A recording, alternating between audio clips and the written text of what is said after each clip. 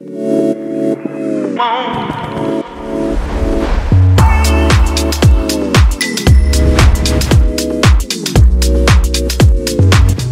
a ngi teewlu seen Rewmi 24 TV. mbégteeg ba neex la ñuy am saa su nekk rek di ànd ak yéen ci seen chaîne bi di Rewmi 24 TV li gën a fës ci bopp xabar yi nag dañu koy do rek wàllum hydrocarbure comité stratégique bu projet gazier bu Grand Tortue bu Ahmed Yem ci jëmmi boppam rek daat nay dajaloo nag niki 19 jàpp 20 décembre foofu ca diwaan bu Nouakchott ci njiital co-président bu son excellence monsieur Mohamed Ould Khalil ministre de l'énergie et du pétrole de la République islamique de Mauritanie ak son excellence monsieur Birame Souleye Diop di jawriñ bu ñu dénk wàllum énergie pétrole des mines bu République du Sénégal boobu les réunion nag laat nañu koy amal ci occasion bi nga xamante ne rek ña ngi doon saytuwaat li nga xamante ne moom mooy aspect yu ñet boobu les projets yu di PGTA ak coordonnées yi nga xamante ne daat na koy am ci wàllum action rawatina nag démarrage bi nga xamante ne rek daat nañu koy door ci wàllu production ngir maximiser nag li nga xamante ne rek moom mooy retombé maanaam daal njeexital yi nga xamante ne am nañ ko ci wàllum socio-économique ci diirub ñaari nation yi nga xamante ne rek ñoom ñoo ko daal di sekk boobule comité stratégique ñu di projet GTA dat na dajale nag ci diir bu gàtt nag waaye léegi fi nga dañuy faral di ko def ci diwaan bu Ndakaaru ak Nouakchott ngir assurer opérationnalisation bi nga xamante ne rek jot nañu ko réussir ci wàllu accord ak coopération inter état yi nga xamante ne rek dafa daal di wundu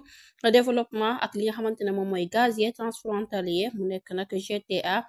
ba tey nag bu ñu jógee ko foofu dañuy àddu rek wax ci ñetti at ginnaaw nag dëgg gi daal di éclaté wu nenañ nag bu ñu xoolee ba ci biir rek yëf yi kii di Madiambal Diagne ci diggante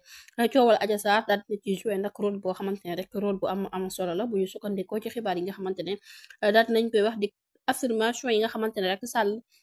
daal dina koy dëggal nee na nag kii di Serigne Mbacké Ndiaye moom ci jëmmi boppam daal dinay wax ne rek moom ci jëmmi boppam rek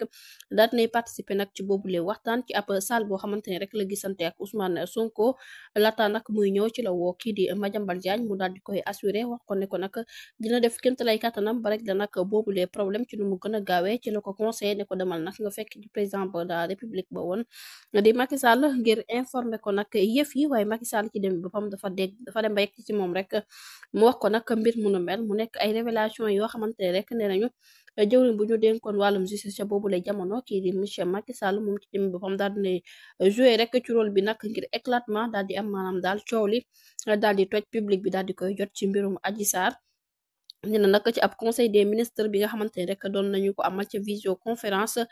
maître Malick Sall ci jëmmi boppam dafa daal di xamal président de la république affaire bi ci jamono bu nu mel nag kii di Macky Sall moom ci jëmmi boppam rek ci la daal di yegg ci la daal di xam nag ne yëfe waaye dina nag kii di Madiambal Diagne moom ci jëmmi boppam moom moo xamoon lépp rek waaye dafa daal di waxoon rek nañu daal di calme ci boobule situation di kaddu kii di Serigne Mbacké Ndiaye. ba tey ci wàllum xibaar nag bi ñu jógee ko foofu dañuy àddu wax ci nouvelle révélation explosive yi nga xamante ne rek bu ñu moytulee nag kii di Barthélémy Dias ba muytu rek dina daw ci lu yàggul dara nag bu ñu sukkandikoo ci xibaar bi nga xamante ne Dakar 92 moom moo ko daal di fësal lekk niki tey jii mu nekk akay boo xamante ne rek ay nouvelle révélation yu yees nag ci kii di Barthélémy Dias bu ñu muytulee nag dina daw di kaddu yi nga xamante ne rek jot nañ koy yëkkati ginnaaw yu yees yi nga xamante ne rek daat nañ koy am ci mbirum Barthélémy Dias moom nag bu ñu muytulee rek dina daal di daw ndaxte nag ki bind ki nga xamante ne rek moom mooy boobule plainte bi yóbbu nag Barthélémy Dias ci ab révocation di Bayna Gueye nekk membre parti au pouvoir Pastef nag daat nay def révélation ci ex-maire bu Dakar ginnaaw interview bi nga xamante ne rek doon na ko amal kii di Bayna Gueye daat ne xam ne rek am na yu bari yoo xamante ne wala ay vices yu bari yoo xamante ne ci ay ferme yu wute yoo xamante ne rek préfet bu Ndakaaru nag mën na cee jafandu rek ngir nag foqal ñi Barthélémy Dias li nga xamante ne rek moom lañu ko daal di dénk waaye nag recours yi nga xamante ne rek jotoon na ko dugal kii di Bayna Gueye dafa daal di gis ne kii di Barthélémy Dias moom ci jëmi boppam daal dina koy dugal ci ab forme waaye nag du ci am li nga xamante ne rek moom la bëggoon mu daal di jeexal que ne nag mairie bu Dakar nag daal dinay jeex ci ay loxom lu concerne nag résidence bi nga xamante ne rek daal dina koy évoqué nag niki démb rek ci alxames ji kii di Dias fils la mu daal niki démb kii di Dias fils moom ci jëmmi boppam ci intervention kii di Bayna Gueye dafa jàpp ne rek kaddu yi nga xamante ne daat na ko yëkkati rek kaddu opposant dëgg la waaye amul leen loo xamante ne rek mën na ci am ay njeexital